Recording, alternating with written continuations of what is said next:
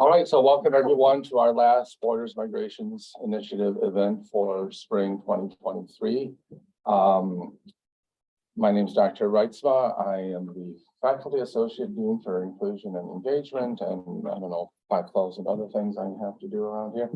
And I'm the founding director of the Borders Migrations Initiative. And this is going to be a roundtable, though it's clearly not round, but we're going to talk about a variety of different topics, and what's going to happen is Dr. Condon is going to talk about experiences in El Salvador, and then Kenny Torre is going to talk about Guam and Russian exile refugees in Guam, and then I'll talk about Eastern Europe.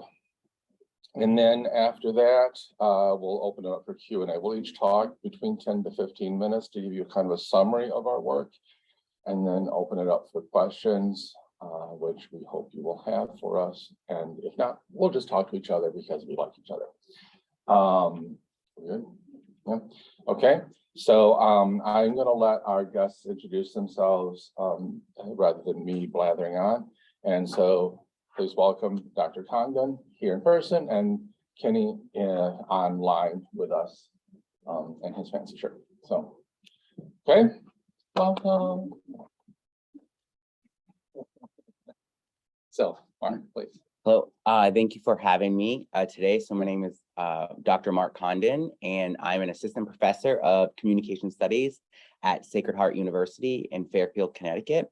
And I primarily teach in the strategic communication, PR, and advertising undergraduate and graduate programs that we offer. And my research focuses on uses community engagement methods, thinking about how we can higher ed can work in and with the communities, local communities for social change initiatives. Okay. And I'm Kenny Torre. I think you all can hear me. My apologies for not being able to make it in person. But yeah, I'm a PhD student at the University of Utah. I'm Shimoru Sosizuas Maasi, or thank you to Professors Mark and Richard for organizing the talk. My research areas in critical cultural studies, rhetorical studies, and Pacific studies, as you think you all will gather in a few minutes and everything. But excited to be here. Good morning to me at least, and good afternoon to you all. Thank you, Kenny. And you all know me, so here we go. So Go to the first slide. Today I will be discussing how faculty can work to reimagine the borders in their classroom by embracing a virtual community engaged pedagogy to work in solidarity with international organizations and communities to help advance the social change efforts in their communities. Specifically, I'll be discussing how students in my PR and advertising courses virtually partner with nonprofits in El Salvador to help with their community organizing and activist initiatives in the rural communities that they work in. I'll share reflections on how the process of engaging in this type of pedagogy and the potential impact this type of teaching can have on students' learning, as well as community partners. But first, I'll provide a brief history of El Salvador, as the history guides the work that students and community partners do. So during the 1960s and 70s, the US-backed government of El Salvador funded and trained parliamentary groups that became notorious for their violent and brutal attacks and atrocities. Some of the things that they did were use death squads, where those death squads targeted workers, peasants, and students who threatened the interests of the country's elite. By the end of the 1970s, the state and the death squads were responsible for the murder of 800 people per month, in which the US supported these efforts financially. So in 1980, after decades of repression, 5 guerrilla groups took up arms to overthrow the dictatorship, leading to a civil war that lasted for 12 years and resulted in the death of around 75,000 people, according to official figures. But when you talk with some of the activists and community members that were impacted, they say the number was much higher. So throughout the conflict, the US provided the Salvatorian military with $1 million per day, trained military officials at the School of the Americas, and supported the worst human rights abuses in Latin America. So the effects of the Civil War continue to linger in El Salvador today, where corporations exploit smaller businesses and farms to extract resources for popular crops like sugarcane, which results in numerous health issues like kidney disease due to lack of regulations. So US El Salvador Sister Cities and Cryptis are nonprofit organizations that have been working to promote democratic, economic, and environmental justice in El Salvador since the Civil War. So these efforts are necessary not only in El Salvador, but throughout Central and South America. So to effectively address global injustices, higher education institutions must reimagine the borders of their classes and find creative ways to engage in cross-border community efforts.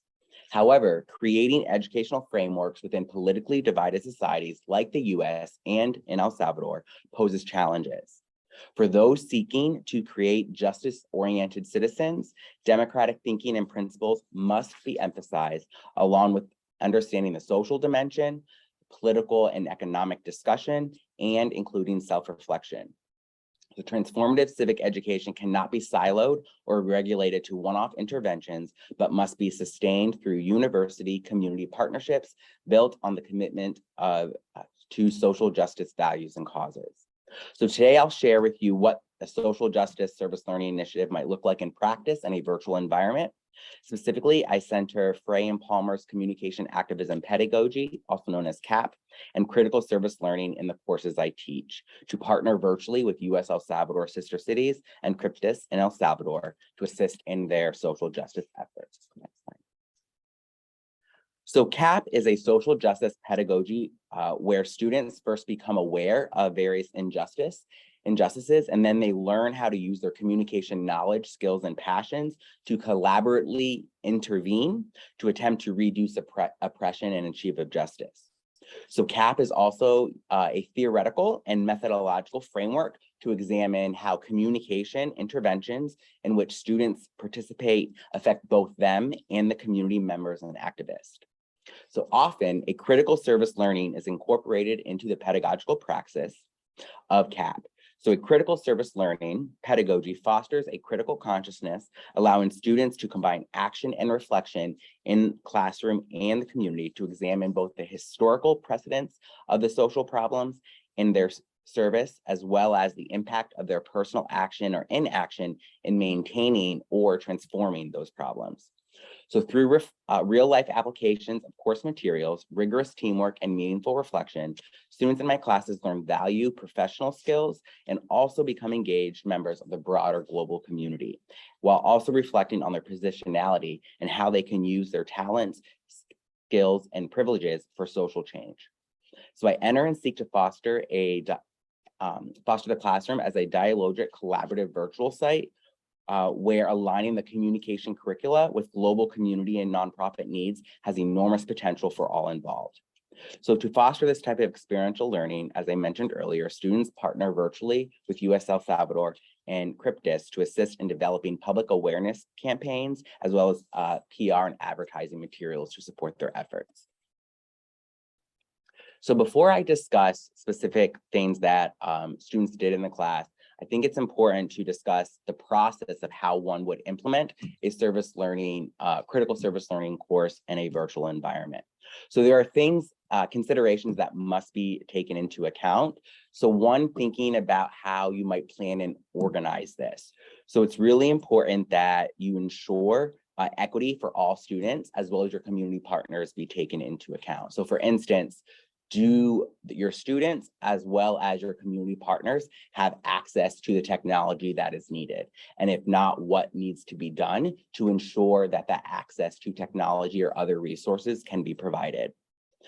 Also, it's important to think about the various models to service learning that you might use. Will you use more direct approach where you're actually working in and with them in terms of organizing efforts in person or virtually? Could be more indirect action where you're more working behind the scenes with the community partners. It can also take the form of some type of like social action research that your community partners might need help with to advance the efforts that they are using.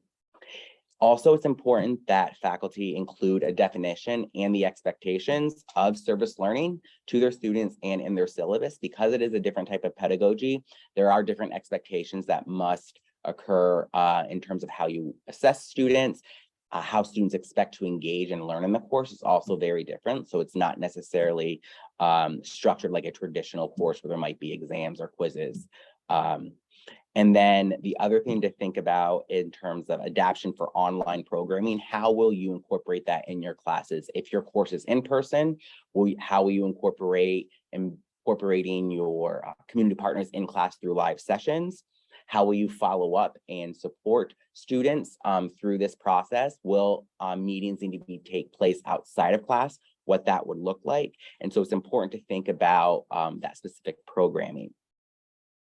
And then the other thing to think about is really important is this idea of reciprocity. When we're thinking about action, it's really important that you find and you work with community partners and nonprofits that can work with students in a variety of locations, but again, they have to have access. So here, for instance, because I already had relationships with the organizations I worked with in my classes, it was easy to develop some of the processes that we would develop. If you don't have relationships with community organizations, one of the recommendations I would have is to contact your college's like service learning office. If there's an office of Center for Teaching and Learning, it's called different things at different universities, but usually on college campuses, there's an office or department that usually specializes in connecting the classroom to the community and see how you can leverage those resources, as well as talking with your colleagues or students and using their network that they might have.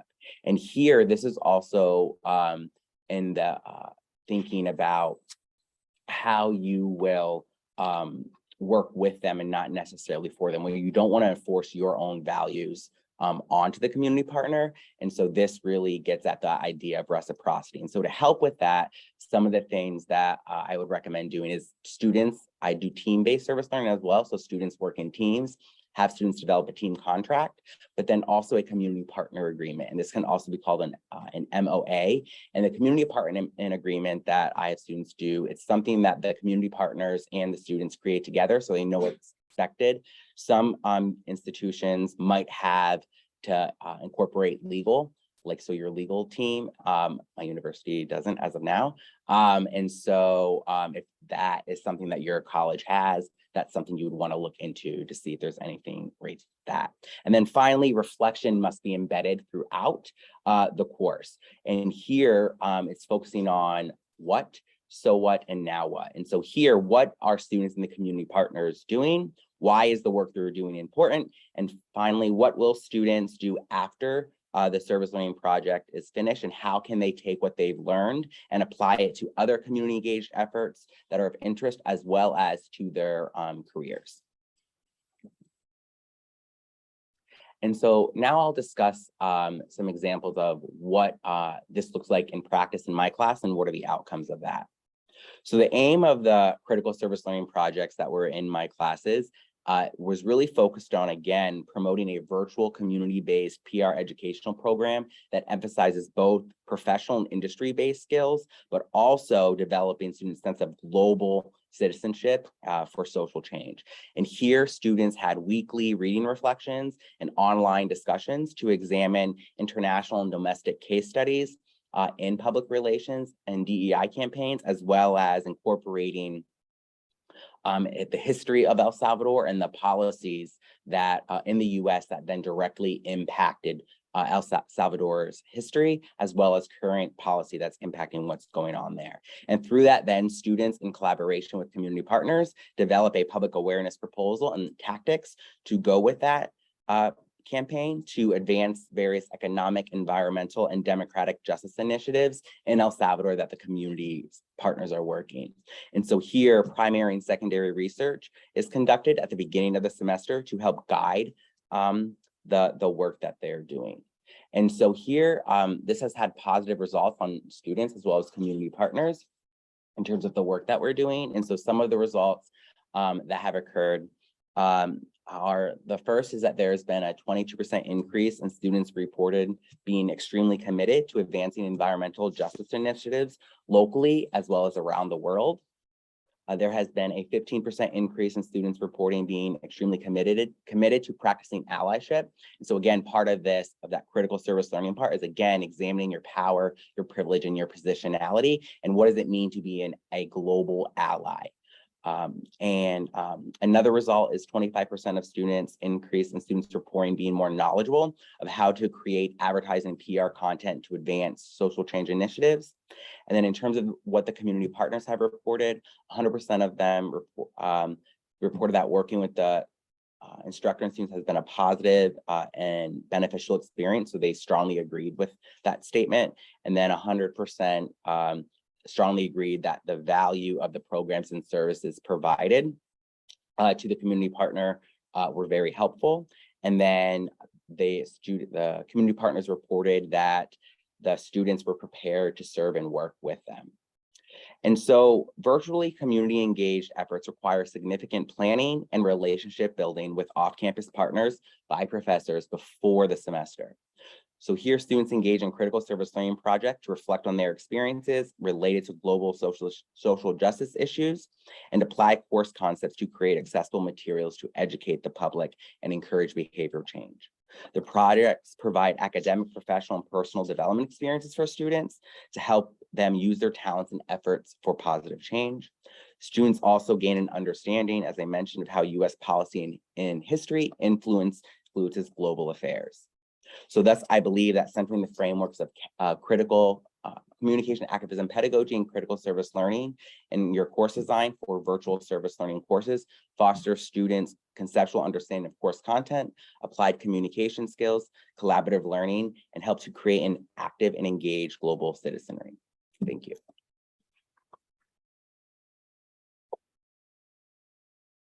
Thank you, Mark. And we'll do questions after all three of us have spoken. So let me just. And so next up we have Kenny Talker. Wow, thanks for such an excellent presentation, Mark.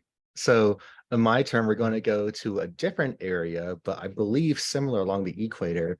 Like I said, my name is Kenny Tori. I'm a Chamorro PhD student. So first of all, Sizuma Asipari Temple. Thank you all for being here and listening to part of my talk. For myself, I'm going to be discussing Chamorro sovereignty and queer precarity, the case of Russian asylum seekers in Guahan. I do want to let you all know that there will be a brief discussion of suicides, and it's nothing terribly graphic, but please take care of yourselves, whatever that means. And yeah, with that, we'll get into it. So first of all, we have to figure out where's Guam or Guahan first. So next slide, please. Yeah, so Guahan is a very interesting place. I was born there, so my first 10 lives there. I still think of it as a paradise, but it's not perfect by any means.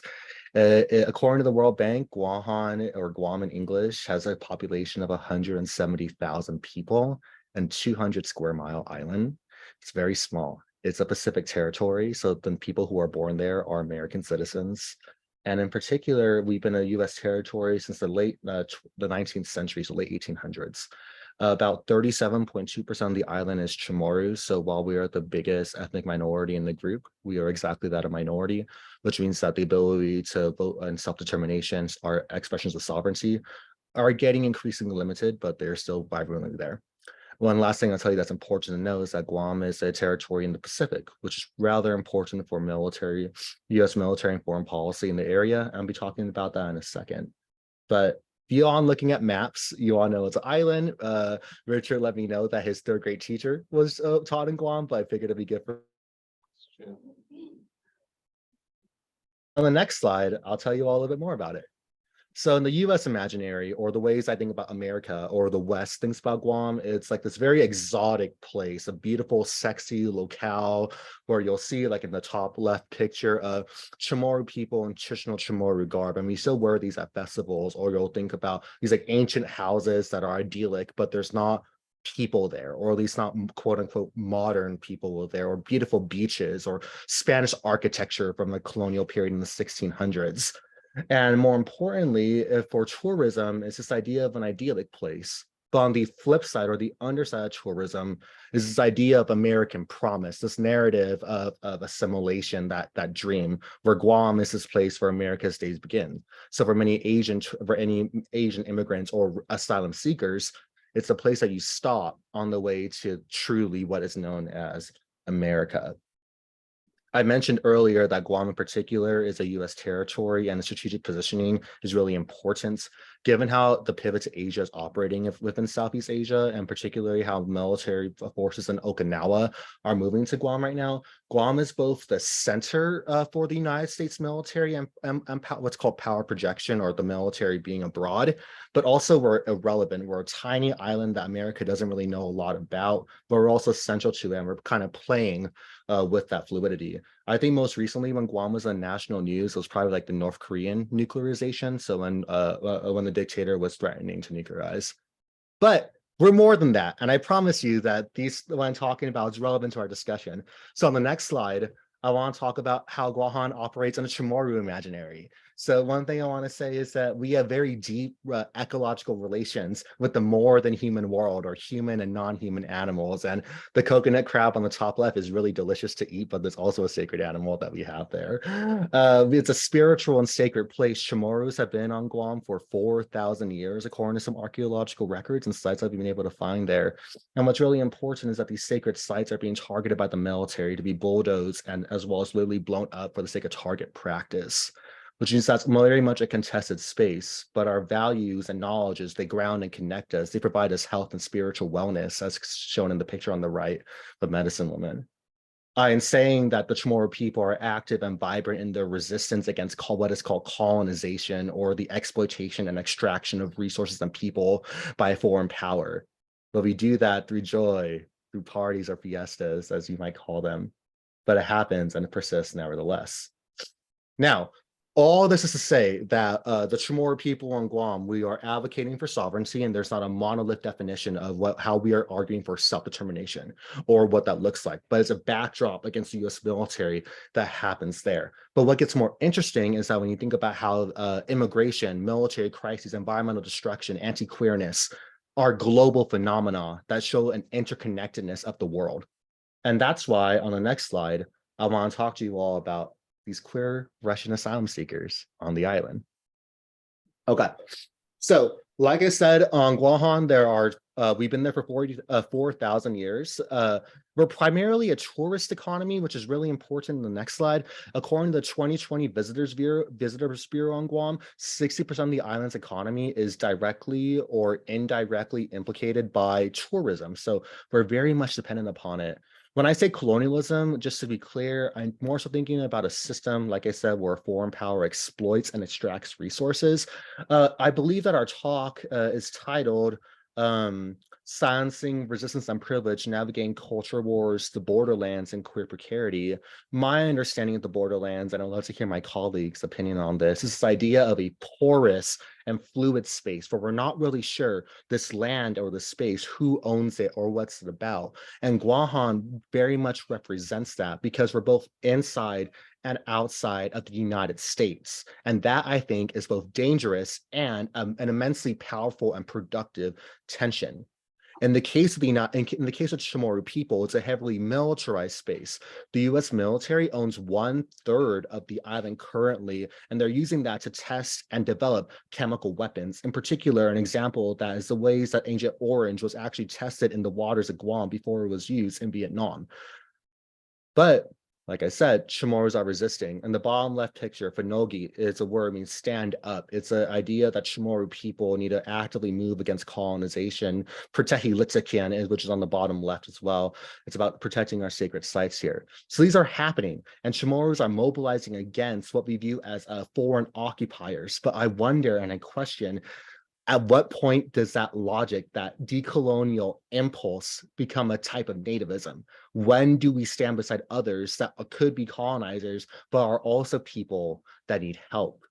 And I think the reason as to why there's such a strong impulse is that within the United States, and particularly how they view the Chamorros, is that we're second-class citizens. So a few examples of that could be we can't vote for presidential elections. We're not a state, we're a territory. So we have no electors in the electoral college. They test military weapons here like they don't do in other states, but they do on reservation, and the erosion of our land rights in the area.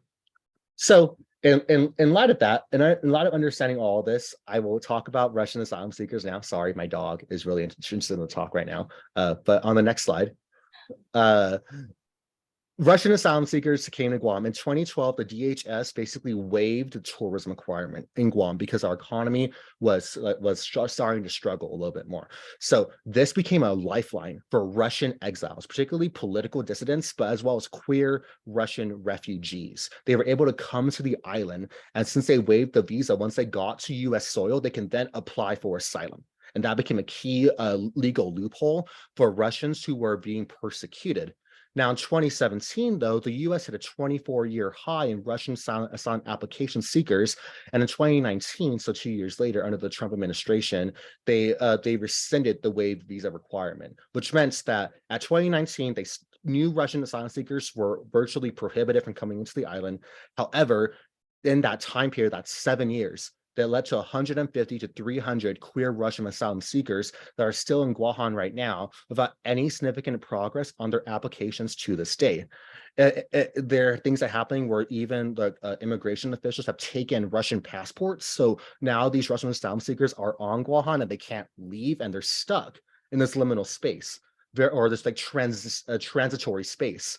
And as a result, they've done things like they have engaged in hunger strikes to help gaining issues. And as a result of the really desperate conditions, some have one person has even committed suicide, and others are threatening it right now because not threatening. That's the wrong word to use. They're discussing how they feel on the exigent circumstances that they have.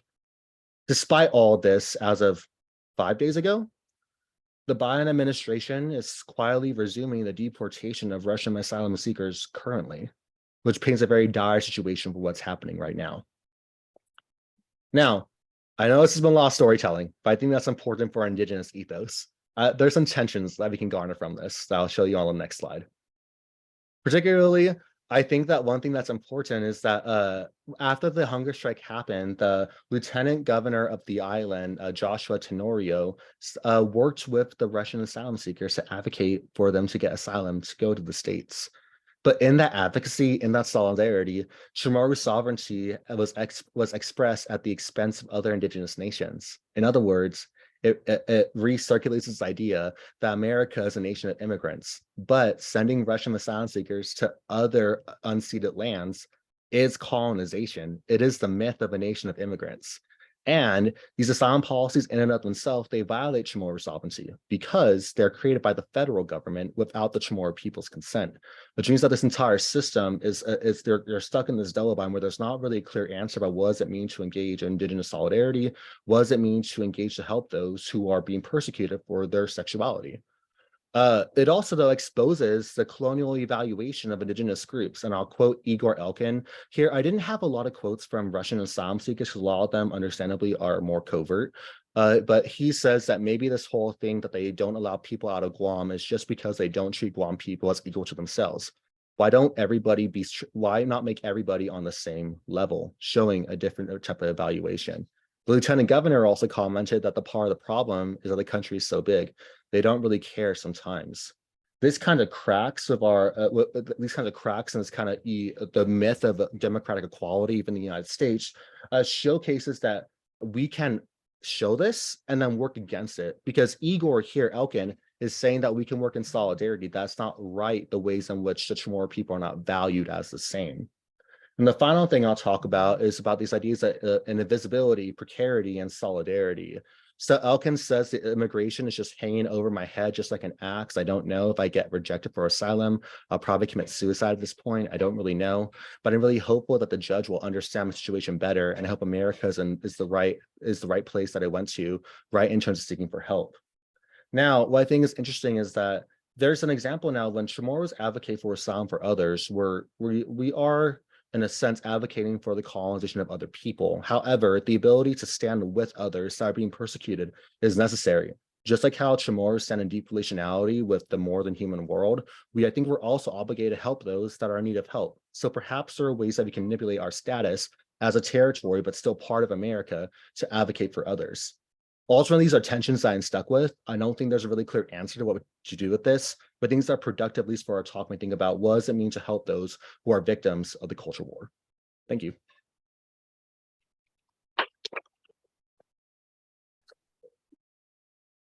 Thank you, Kenny.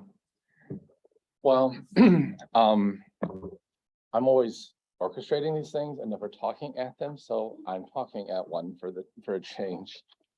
Chrissy, if you don't mind running through the slides for me. So, and I apologize if I sound slightly incoherent, but I arrived back in this country at 2:30 Tuesday morning, taught until 7. And somehow I'm here. And also I was in the hospital while I was in Mexico. So you get what you get. Okay. Segueing from Kenny's talk about Russians, I'm moving us to another frontier, which is Ukraine. Some among the US religious and political right, the conflict in Ukraine has highlighted a peculiar sympathy toward, if not outright support for Putin, Russia, and the perception of what the war represents. While national level politicians on the right may not be overtly or even directly supporting Putin and Russian aggression, many support harmful cultural policies that closely align. Conversely, the Russian aggression in Eastern Europe has provoked a positive evolution in the culture wars there. Numerous journalists and scholars have explored this affinity for Putin and Russian aggression as an alliance and a sort of cultural holy war to preserve homogeneous national identity and character. And yes, read that as racist as it is.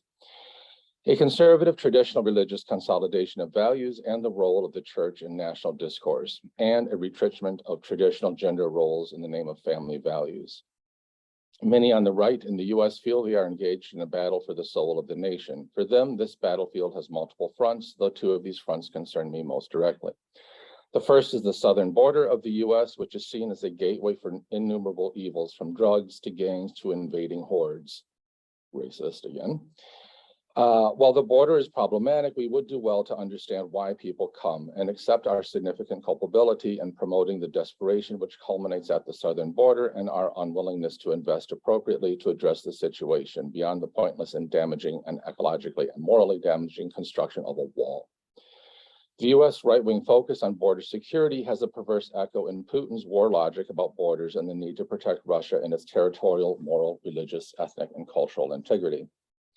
The second front in this moral war for the soul of the nation is, of course, the culture wars targeting wokeness. And I think, oh yeah, there it is. Yeah, we're good.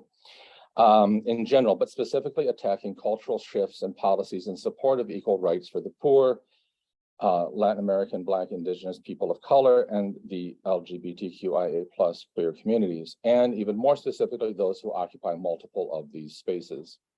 These right-wing policies, spouted from pulpits to Proud Boy drag story hour protests, are being enacted and codified into law, especially targeting trans persons and drag performers.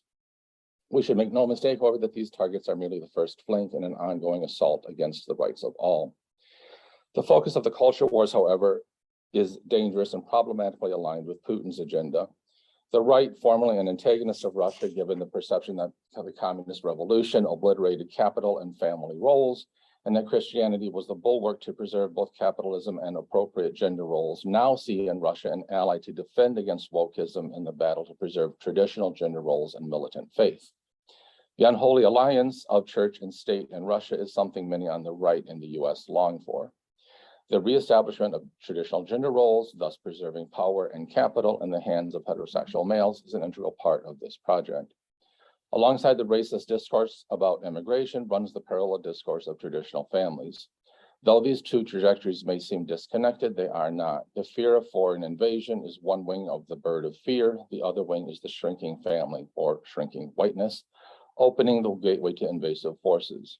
This rhetoric has played very well in political machinations in parts of the US and Europe. There is a nasty line running from McCarthy's Red Scare and Pink Scare through Roy Cohn to Trump and Roger Stone. And one could argue that this movement has won the long game in the culture wars, at least in terms of the Supreme Court of the United States, even if the battlefield is still being sorted out in state capitals. The Don't Say Gay or Trans laws currently sweeping through Republican-dominated US state legislatures, for example, echo Russia's 2013 parliamentary ban on propaganda of non-traditional sexual relations, which is no coincidence because the Russian bill relied in part on US junk social science, some of it funded by the American right. Additionally, these laws in the US are written and supported by the Alliance Defending Freedom, which is the legal juggernaut of dominionist Christian fundamentalism, which advocates for literal Christian authority over all aspects of society, and the ADF platform trumps Supreme Court Justice Amy Coney Barron. It is also a member organization of the World Congress of Families, which has been well represented at the organization's Russian meetings. For many on the right in the US and Europe, Russia's invasion of Ukraine is an appropriate response to what is seen as, quote, the sodomization of the world, which is code for the erosion of ethno-Christian nationalism and traditional gender roles and power structures. Thus, the war in Ukraine is a holy war, a crusade against the literal and figurative sodomization of white culture to save the world and to make America holy again. The purported manliness, slides. And you can go to the next one. There we have America in all her glory. All her fascist glory. The purported manliness of Russian Orthodox Christianity as, quote, swords and gallantry dovetails nicely with the manliness of Putin's demagoguery on frequent public display. Bare-chested horseback riding. Oh, sorry, there's some more of like gods and guns and babies, right? And Jesus and no queers for sure, right? There we have our masculine embodiment of manliness. Yes. But notice how interesting this is because Putin's performance of masculinity contrasts sharply with Zelensky, president of Ukraine, who in his pre-presidential days had a comedy troupe where they dressed first as Cossacks, then ripped off the Cossack things and danced similar to Beyonce and Single Ladies, making fun of multiple cultural assumptions about masculinity and so forth. If you would go to the comments page on these sections, you will see Americans writing horrifically sewage-inducing things about, so we're sending all this money because he's woke and does drag, and why should we be supporting Putin because he's a man, as long as he's not a man. That's our foreign policy. So it's worth noting, though, that the militant Christian nationalism and white supremacy and gender traditionalists have a significant role in society outside of politics. And I think we can go to the next, there we go. So one should think of, for example, one of the leaders of the Charlottesville March, right? Converted to Orthodoxy because he wanted to be part of a more manly form of Christianity. And he's quoted as saying, Russia is our biggest inspiration. I see President Putin as the leader of the free world. The white supremacist League of the South put Russian language things on their webpage saying basically, you're just like us, bunch of racists. Sorry, they didn't say that. They said, we are the heirs of true, pure European culture. We are here to fight against the destructive influences of globalism. We have genetic proximity, similar lifestyles, faith traditions, in other words, blood, culture, and religion. Same is true for alt Christianity's church militant, which routinely supports Orthodox pastors here in the United States who display racist, anti-Semitic activity and Confederate flags. Same for the Pat Robertson, who is not in this picture, but Franklin Graham, who initially supported the war on Putin's behalf, and then kind of not really backtracked on these things. Okay. And of course, these are also people who are against sort of the globalists, NATO, the UN, EU, all these sorts of things, and view the war as sort of contestatory to that, as opposed to what progressives see the war as a battle against Christian imperialism and nationalism. And of course, Putin has clearly aligned himself with the Russian Orthodox Church and uses it as a tool for his government. The irony in all of this is that the response to the war among peoples of Central and Eastern Europe and the connections that this culture war have on violence in our own backyard here in Buffalo. And people are like, what? There's a connection to Buffalo? There's a connection to Buffalo. I'm gonna tell you how it is. Yeah. So there's Buffalo, that little white dot right by the lakes. And then there's, for those of you who don't know, there's Bratislava, where that red dot is, okay? So it's worth noting that the Tops supermarket shooting on 14 May 2022 here in Buffalo is in no way isolated, nor merely localized to US racist ideologies. Unfortunately, and quite to the contrary, the hateful actions and rhetoric of that day inspired a shooter in Bratislava, the capital of Slovakia, one of the more secular nations of the former Soviet Empire. On October 13, 2022, the shooter, Krajcik, opened fire in a gay bar called Teplaren in response to his perception that Europe is being invaded and sodomized. His manifesto, which he began writing after the Tops Buffalo shooting, shows how well-versed he was in American white supremacist rhetoric. You can go to the next one. There he is. He expressed hatred for LGBTQ individuals, saying that they groom children. He supported the Great Replacement theory, the idea that Jews are orchestrating a campaign to replace white people with people of color through unchecked immigration, and used neo-Nazi phrases and called for the genocide of Jews. In particular, he described the Buffalo supermarket shooter as his inspiration, calling Tops the final nail in the coffin, compelling him to commit extremist violence. For Krajcik, Peyton Gendron, the Buffalo shooter, his live stream gave me new inspiration, a new impulse to do what had to be done. In Gendron, I saw myself, a young man with his whole life ahead who decided to fight for something bigger than himself, who fought for what he believed in. So he went to that bar there. You can see the LGBTQ flag and the Ukrainian flag also on the door, and killed a bunch of people.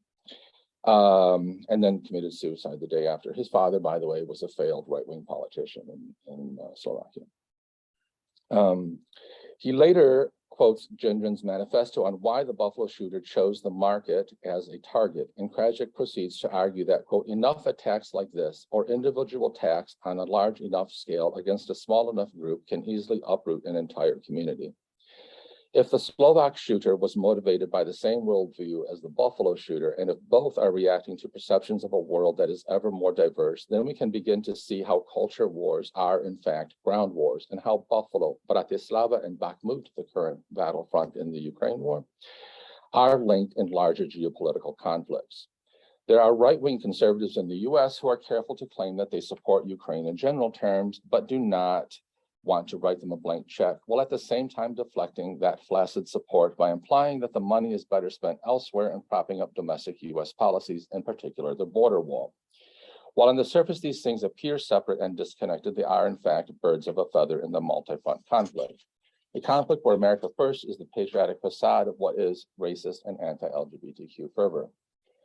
The false equivalency that one cannot protect Ukraine's border while neglecting our southern border is a frequent refrain among the shrill voices of the American right wing. Curiously, these same voices insist that Ukraine ought to just cede territory to Russia, territory claimed as originally or naturally Russian anyway, to end the conflict. I would be curious to know whether they would feel equally impelled to return to Mexico, the borderlands, the site of their current America First aims, which were ceded to the US in the 1846 Treaty of Guadalupe Hidalgo. Just end the migration problem and give the land back. The anti-LGBTQIA+ and anti-immigrant rhetoric in the US, which is sometimes accompanied by pro-Russian leanings, is in stark contrast to what is happening in parts of Europe. While Poland has experienced its fair share of homophobic legislation around gay-free zones, much of that has disappeared in large part as an economic response to EU pressures, like we're not going to give you money if you're going to be anti-gay, or other people in the or other economic backlashes. There's also a palpable shift leftwards among the young and in urban areas. Poland, the Baltics, and Finland have found themselves in a complicated geopolitical moment in response to the Russian invasion of Ukraine. All of these countries have unpleasant and brutal memories of Russian imperialism and Soviet occupation. The collapse of the USSR and the Russian imperial the collapse of the USSR and the progression toward democratic governments, market economies, and integration into NATO and the EU saw relationships with Russia in constant negotiation.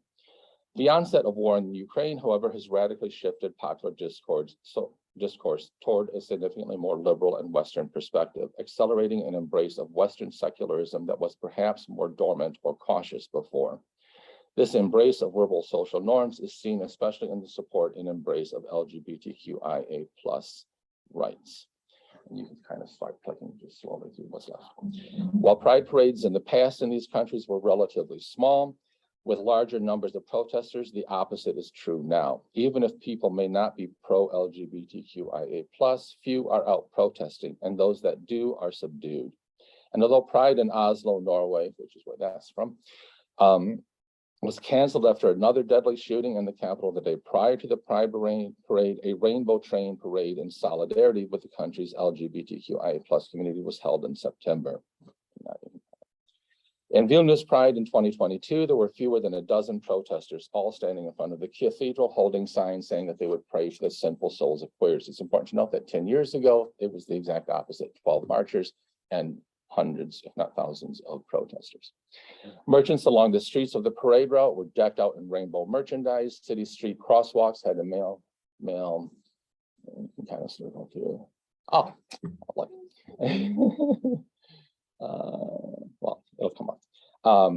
Male and female signage, the crosswalk symbols of people walking. And rainbow crosswalks. The parade was highly political, and while there were floats for gay bars and organizations, much of the focus was on bolstering liberal political bona fides, featuring mayors from several European capitals. And you can stop for just 1 second. And various diplomatic contingents, including the U.S. Embassy. Significant focus was placed on support for Ukraine, as we see here, with both Warsaw Pride and Baltic Pride marketed as joint events with Kiev and Ukraine Pride. Various Ukrainian refugees, such as those in the picture, also participated in both Pride events, in each case linking their freedom as queer people to Western values and a Western-aligned Ukraine. What is notable here is how the public discourse has shifted from gay-free zones at worst or indifference to queer presence as a non-issue, though we don't have any gays here, narrative to full-on public displays of support. This is due in large part to real and imagined threats of Russian aggression. If in the past there was political benefit to targeting the LGBTQIA+ community, that is no longer the case. Embracing the LGBTQIA+ community is now a matter of demonstrating alignment with Western European liberal values and rejecting Russian conservative values. This shift toward greater LGBTQIA+ inclusion goes hand in glove with support for Ukraine and against Russian military, political, and social aggression.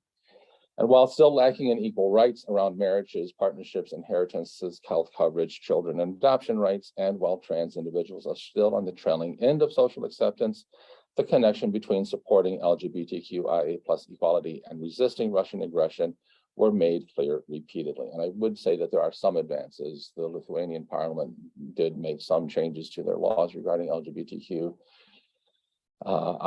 individuals, and Finland has just changed its law about sexual assignment surgery and so forth. So things are progressing through legislative means. Such is the shift in social acceptance that many imponderables about LGBTQIA+ rights are now seen as possibilities as these nations look to increase their connections to the West in a blatant rejection of Russian imperial intentions and values. Thus, while some sectors of the American right wing see an ally in Putin and Russia preserving traditional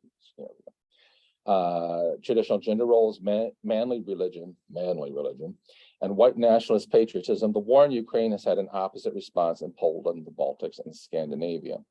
Many of the initial grassroots responses to Ukrainian refugees actually arose from LGBTQIA+ online community organizing. International LGBTQIA+ groups have also assisted Ukrainian refugees, and LGBTQIA+ community members have volunteered to fight for Ukraine against Russian aggression or are organizing relief efforts from exile in Europe or the US. As the mother of a queer Ukrainian exile said, quote, right now, both the Ukrainian society as a whole and the LGBTI community are tightly united in the face of this threat from Russia. Our democracy might be young and we made some mistakes in the past, but we have democracy and we are not slaves like the Russian people. You can't feel safe being so close to Russia. The world needs to build a wall between the democratic world of which Ukraine is a part and Russian dictatorship. This is not to imply, of course, that Ukraine is pro-LGBTQIA plus rights, although President Zelensky has made numerous public statements in support of LGBTQI citizens. So why pride, and why these pictures of pride and Ukraine flags at all the pride events? The mother of the Ukrainian queer exile again. We should understand that in the countries where the human rights of LGBTI community are not established yet, where the necessary laws are not in place, our prides are the main tool and method to communicate the needs of the LGBTI community to the government and to the society. These events are our marches for love, freedom, equality, diversity, democracy, and peace. Fascism is alive and well in the US, masquerading as family values and Christian traditionalism. Maybe Putin is right. The war in Ukraine is an anti-fascist war, just like the Berlin Wall was erected by the communist regime to protect against fascism. The problematic irony here is that in the US, the Christo-fascists are actually allied with Putin. So there we go.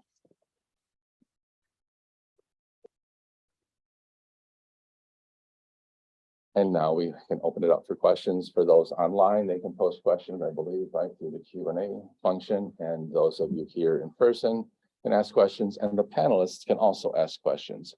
And because everybody's always usually shy about asking the first question, I'm going to ask Mark a question. So oh yeah, there's the protesters in Warsaw. Or sorry, Vilnius. So what got you started personally? Like, why did you decide to get involved in El Salvador? Because we also have programs in El Salvador, and I believe Nancy Wallace, our Dean of School Education, was just in El Salvador. And through campus ministry, I've also been in El Salvador, and I know that there's some relationship there. And I do a lot of work with KBI, the Kino Board Initiative at the border. So I'm super interested in what you do. And my service learning is also very, as Molly can attest to, is very intentional and focused. I think too often service learning is not as intentional as it should be. So I just wondered if you can explain like what got you into the El Salvador relationship in particular. It actually started through being invited. US El Salvador sister cities, they have various across the United States. They have various committees across different cities within the US. And I got my PhD at the University of Maine. And US El Salvador Sister Cities has a committee in Bangor. And my PhD advisor became a part of that committee in Bangor. And the committee, they send, or Sister Cities sends delegations to El Salvador. This is pre-pandemic. With the goal of teaching and expanding their network to other people of interest who are interested in the mission of US El Salvador, US El Salvador Sister Cities, and it's a mouthful. And then the goal is that we then become like more involved. But the delegations they send are guided by critical pedagogy. And so when we're there, you go into the different communities that US El Salvador Sister Cities works with Cryptis, which is based in El Salvador, to try to enact various social change initiatives, like for instance, like water rights. And so then I got invited to go to El Salvador through this organization. And then I went to El Salvador. And it was a very like eye-opening experience. And I learned a lot about like US history that I didn't know about. And I used to be a special ed teacher, and I used to teach US history. And I took AP history in high school as well. And never did I learn about the massacres and atrocities that had occurred with the support of the US government during the Reagan administration, and just hearing the trauma and stories and how the communities are still trying to be resilient to this day, which is changing now because of the current president is against certain democratic, like I would say they're anti-democratic, anti-democracy, which is also interesting because in the communities we work with, we work in El Salvador, they also tend to support the president because of crime. And so there's interesting tension that like giving away certain democratic rights, but lowering crime, but then too, like, they were also initially like protesting against like anti-democratic from the history, right?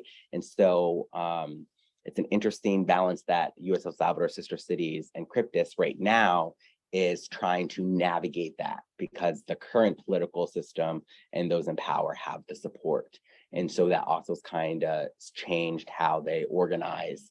And also, like, those who disagree with the government are thrown in jail and labeled as gains, but then might be later released or not released. And they just built one of the largest prisons with, can hold 40,000 gang members. That just got completed a few weeks ago. So that's how I was invited in. And then when I went to El Salvador, I continued to be involved, and I became a board member of El Salvador. And through those conversations, developed our relationship. And then when the pandemic happened, I saw an even better opportunity to like, hey, like, do you want help with some of the efforts that you're doing? And then it started that way. I don't know if that was the long-winded answer, but No, I mean, that's kind of how I got involved with KBI too. I went and then everything changed. I would, if you're interested in gang life in El Salvador, there's also, I don't know if you saw it, I sent it to you, the Yeah. documentary Yeah. on Unforgiven, Imperdonable, which is Yep. about prison life in El Salvador, but also in particular queer people in prison in El Salvador. Super interesting. and the other thing too, like my university that I'm at, Sacred Heart, back during the peace accords, when they were signed in, I believe it was 92, my university sent actually a delegation to the peace accords. And I found that out when I had interviewed there. And I thought that was, but we no longer go to El Salvador. We used to, but the people who used to run that are no longer at the university. And then with the increase in like crime, they like pulled out. But I thought that was interesting that in my university, there was a connection to the peace accords and what was discussed here, because the Catholic Church is really big in El Salvador. I was in El Salvador for the beatification of them, so that was also kind of cool.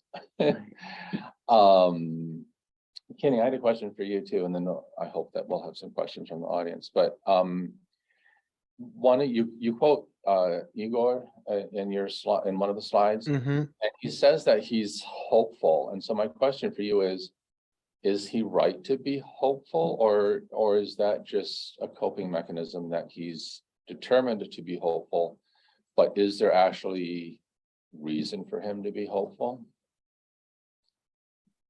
So that's an excellent question. I've been thinking about it as well, because I think that, especially given how Biden is resuming deportations, I think that the practical answer is no. Queer asylum refugees are in a state of precarity that is deadly for them. There are dire stakes that are attached to them. That being stated, what I am noticing as I was doing more research is that a lot of Russian exiles, they're taking up and they're trying to open businesses in Guam and create their own lives there, the communities. And the Chamorro government is actually advocating for them to stay instead of going back into the States now as an option. So I think there are ways in which Indigenous solidarity can work hand in hand, as Indigenous sovereignty to work hand in hand with like queer solidarity, right? Without reifying a colonial understanding of like what does it mean to like settle in a place. So at least for me, I think that the answer is complicated. I don't know what's going to happen to Igor. And I think that kind of dread about what will your life be like the next day, who will you be with, where will you go when you're stuck in a place because he doesn't have his passport, right? I think an immediate answer is no, but I'm not sure what other choice he has besides to make it work where he is and to hopefully have the people who are there help him in capacities, because that's also happening as well. Russians are opening up an air conditioning business right now. That's what I understand. Just to follow up on that, two questions. Did the Biden administration issue a statement as to why they decided to start deporting Russians back? It's quiet. Nothing's been released by the federal government on it yet. Of course. The next question is, are they detained in any way, or they just have their passports removed and they've moved? They're not in a detention camp or anything like that. So the passports got removed because ICE was saying that if they gave them their passports back, they may try to board another flight, even though they have to go through security either way. So this is an idea about preserving the sanctity of the American nation, right? The idea that Russians are infiltrating that, so they are being treated differently than other asylum seekers are being treated as a result of their nationality, right?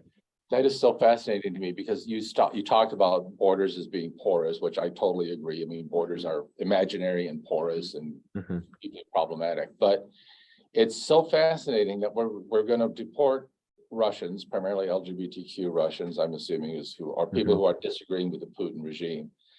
But we didn't have a problem letting Ukrainian refugees cross the southern Mhm. border at all.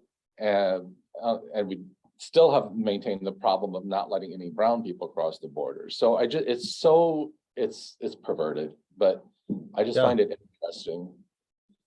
Yeah, and that actually kind of maybe leads to a question I have, Richard, for you, unless the audience has one, because we've been speaking for a long time already. Go ahead, and then we'll see if anybody has questions. Okay. So the way that you're framing like queerness as like this like radical acceptance, which I agree, and like perhaps a just war that's happening in Ukraine against fascism. One thing that I'm wondering is that the US often uses the rhetoric of human rights and the appeals to like we treat queer people well in order to justify like imperialism abroad. So an easy example, right, is like the vilification of Iraq and Afghanistan for the way that they treat women in order to justify wars in those areas, right? Do you think that there's perhaps a tension or a risk in the ways that like the West is mobilizing for Ukraine for queer politics that might actually lead to further imperialism? Or like is there ways that we can resolve that? Are there tensions with that? Things like that? That's a good question. I guess the short answer is yes. Because I think we have a natural inclination through our domestic and foreign policies towards imperialism. And Yeah. that's what we're still trying to protect. I mean, we don't call it that and we hide it, right? But yes, I mean, and I think we see that too in our negotiations with places like Mexico or other Central American countries about where the US frontier is, right? And technically it's, the Rio Grande and Nogales and all of this, but it's actually perhaps the border with Guatemala or perhaps even further south. And you can't throw a stone in some of these places without hitting a US soldier. So yeah. And then also too, like connecting it to like the southern border and with Biden's new immigration policy, where if you, depending on where your US's reach could be, whatever country could be closer to you that you're trying to leave, right? Because the policy that you have to seek asylum in that country, right, before you get to the US, right? So if you are in like Venezuela, and then you go to like Guatemala and you don't seek asylum, like you have to go seek asylum in one of those other countries before you get to the US, which what's the point of having asylum then if you can't even request asylum in the US, right? So then our reach of our border then is forced upon other countries, right? In ways that, But that's why I see a parallel with Putin, right? I feel like the US has pushed its border further and further out, right? Much like Putin is like, okay, a little bit of Ukraine, a little bit of Georgia, a little bit of here, a little bit of there, and not and tactically incorporating them, but like still sort of pushing this border out to protect its homeland, right? And I see the US doing essentially the same thing, not through a direct war and occupation, but very similar, pushing its borders out further. Now the border is US or Guatemala or other quote safe countries that aren't those things. But like, and so I feel it's two sides of the imperialist coin. I feel like they're both imperialist actions. One is more old-fashioned territorial, troops on the ground expansion, and another is more sort of, and it's not even soft power, but a neo-colonial sort of neo-imperialist approach. What bothers me is that we see the Russian expansionism because it's literal, and we don't see the US expansionism as equally imperial and problematic because it's disguised, and we're okay with it, and we should be okay with it. This is what bothers me. We shouldn't be okay with it. But I don't know if that answers your question, Kenny, but yeah, Thanks. Christy, So this is kind of touching on service learning. I can remember when we did the training for 324 at the church. I called my mom on the way home, and it was like 8:30 or 9 o'clock after, we were training like to call people in detention centers. And I was telling her like all of these things, and I was telling her all of these things that I learned about immigration in Buffalo and the way that Buffalo disguises certain places. And it was later, and she was just like, what are you talking, like, because she was like sleeping, and I just couldn't help but like, I was so angry, and I felt like so inspired, and that was kind of like my first like introduction into those kinds of things, because when you're from Buffalo, you don't notice what's going on as much because you're kind of blind to that. And I just wonder, like, although I didn't finish the course, like how do you guys benefit from the inspiration of your students in terms of service learning? Because I don't see service learning as being super popular.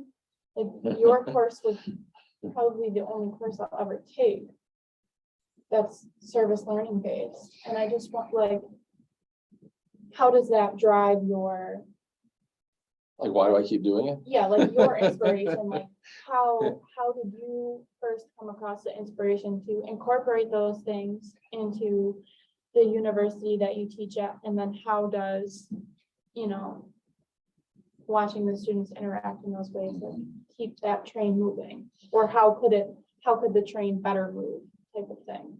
Well, I'll answer, then I'll let you answer. That's okay. Yeah. Like Mark said, this takes a lot of work, Yeah. a huge amount. To do it correctly Yeah. takes a lot of work and a lot of support systems, which haven't always been there. And just for Mark and Kenny's benefit, Buffalo, we have an immigration court and U.S. federal court here downtown. We also have a federal detention center downtown, but we also have a huge federal detention center prison, 45 minutes outside of Buffalo, where they ship people primarily from the southern border up here as a deterrent because it's cold and miserable and they're away from all family contacts. So Buffalo is a center for this. It's again, shifting borders. It's the southern border at the northern border, essentially.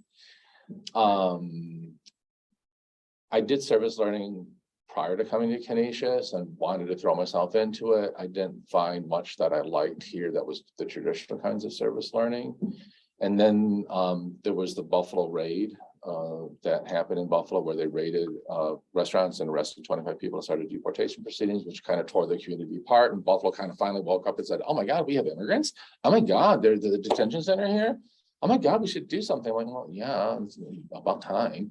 And so there's a program here called Justice for Migrant Families that I work with that basically advocates for social change, but also dovetails with our Jesuit Catholic thing of accompaniment, right? And so basically what we do is accompaniment. Like we provide, sometimes we do meal, what's this called? Well, not in preparation as much as we organize grocery deliveries and things like that for the survivors of the families of people who are being deported. We used to prior to COVID visit inside the prison, detention center. And we also, now we do phone calls because that's all shifted. So we receive phone calls and then connect them with services or things like that. And actually you did some of that and you did that as well. And I keep doing it because if I don't do something, I'm going to feel I have to do something, right?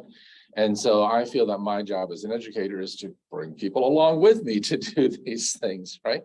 And hopefully concientizar, hopefully to raise the consciousness of others so that others can also continue to do. So it's not just me or me preaching to the choir or me going, being a board member or whatever. Like it's action, right? And it's things I truly deeply believe in. And so that's how. And two students always tell me, oh, it was hard, but not hard like physically, but hard like emotionally or intellectually challenging. But that's good for you, right? That makes you a better person, a more evolved person, a more aware person. And then you can have conversations with your mom and educate your mom, like, girlfriend, like Buffalo is a prison. Okay. So because how else are you going to change things, right? And I think that too often we're afraid or we're overworked or we're tired and then nothing changes. Well, you can't bitch about stuff if you don't know about it. But then when you know about it, bitching isn't enough. You have to do something, right? And for me, that's how, I don't know, anyway, yeah. fine. Yeah, I think, first of all, I guess I'll start off is like why it might not be, service learning might not necessarily be embraced, or used, I guess, as much. And I think part of it is that it's directly challenging the ivory tower notion that, college or universities are here and the community's there. And it's directly challenging traditional types of pedagogy where you are the student, I am the professor, I'm going to deposit knowledge in you. I know all, I got my PhD, you are just peasants. So I'm like going to just transfer my knowledge up here to you, right? And it's just service learning directly challenges that whole system, that whole idea historically of what does it mean to be educated and how do you go about educating? And so part of it is also like, I'm also have a learning disability, and first my family to go to college and graduate high school. And I used to be a special ed teacher, and I just saw how like I've experienced and just saw how bad our K-12 system was. And even when I was in undergrad, I had some good professors, but then what was employed at my university didn't like meet the needs necessarily. And what allowed me to thrive were the various communities or professors that mentored me or classes that I had. We were working in the community. And it's really transformational, at least from my experience. And so I think that like for me, like I had my first like class when I was an undergrad related to service learning, and it was just powerful. And then in my master's program, when I was trying to leave, after I left being a special ed teacher, I just like, there's a whole body of research that you can do with like community engagement, where service learning is a type of community engagement.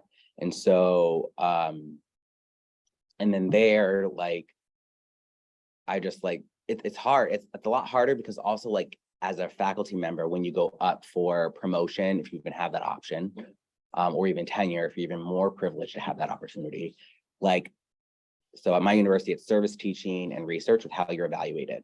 And service learning or community engagement, it's way more time intensive. It doesn't fit neat into the box of teaching, service, and research because it can be interconnected. And then it also takes a lot more time.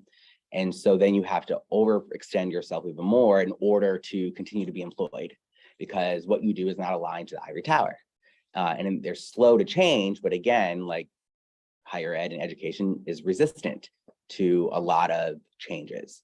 And the other thing that I think that is amazing about service learning is you hear a lot like higher ed, like should either just prepare you for the job market or just develop knowledge and like develop your citizenry. I'm like, it's both. It shouldn't be one or the other, right? As someone who is a lot of student loan debt, like if I wasn't prepared for the job market, how am I gonna pay my loans? Like, right? And what's like, and so like, but how can I use my knowledge and my skills to make our world a better place, right? And so I see community engaged approaches like service learning as two sides of the same coin, and you can do that. And then also with PR and advertising, it aligns even more directly with that because like it's such a practical like area. And so why not make that centered in social justice and like PR activism, so to speak. And then in terms of the impact of the students, like I've seen like students like not just growing professionally, but even like the students who work with Sister Cities and Cryptus, like they had no idea about like the history or policy, and they're more aware of things now. And then we connected to what's going on. My university is near Bridgeport, and there's a lot of environmental injustice in Bridgeport, and it's a predominantly Black community, and there's a lot of pollution that occurs and policies that hinder opportunity in that community. And so then we were able then to connect it, like what's going on locally and what's the history with that. So I don't know if I answered your question, but yeah. Yeah, I mean, in terms of student impact, the number of students who have gone through my service learning experiences, like they changed their career trajectories. They go to grad school. They were always going to go to grad school, but now they're going to go for immigration law. And this happens constantly. Or they become PR and communications directors, but for nonprofits instead of for corporations. I mean, they change their career trajectories. And they're grateful for it because they can still have a job, which is important, and they can do something that's fulfilling to them personally and that makes a difference. And I think that's huge. And that is actually the Jesuit tradition, it seems to me, like right? That's what we're supposed to be here for. But also, like you said, it's when, like, I mean, I went up for tenure and I had to do a whole lot of extra work to sort of display that what I do counts. Because it's not just, I don't do research paper, like, and people also. It's not even don't see- counted as research all the time. What's that? It's not even counted as It's not even research. counted, Yeah. no. You have to do it. And it's so it counts as service, except that service is like the lowest thing that we Yes, count. yeah. Like, oh, did you do something? Oh, you were on the committee? Oh, good. Okay, that's enough. I'm like, no, like this much of what I do is service, not this much. And it's hard to get people to understand that has equal intrinsic value. I would argue more, but Beyond a peer review publication that no one reads, but entitled academics. yeah, exactly. No, exactly. Like, you have 4 people read your paper, including Right. your mom. Right. Cool. Yeah. Okay, that had an impact. Yeah. Yeah. Sorry, do we sound like bitter academics? Yeah. Questions from the audience, anybody? Spencer, students, nobody? These are mostly my students, actually. Thank you for coming. Yeah. Nobody online have any questions? Wow, rude. I'm sorry, that's being recorded, I guess. Well, I don't care. Anything else? Mark or Kenny, do you have any other things you want to add before we draw to a close? Thank you for coming. Thank you. Kenny? No? No, I mean, thanks for inviting me. I really appreciate being part of this discussion, everyone. Well, thank you, Kenny. I actually learned a lot. Like you said, my 3rd grade teacher was from Guam. And he told us a lot of horror stories about the Japanese occupation as a deterrent to our behavior. As in, if you keep misbehaving, I'm going to punish you, but not like the Japanese punish us. And then he would proceed into how they were mistreated by the Japanese. So it was I didn't realize at the time how unique it was to have a Guamanian 3rd grade teacher, but well, thank you, Kenny, and I look forward to more of your work. And Mark, thank you for sharing your insights, and thank you all for coming. Good.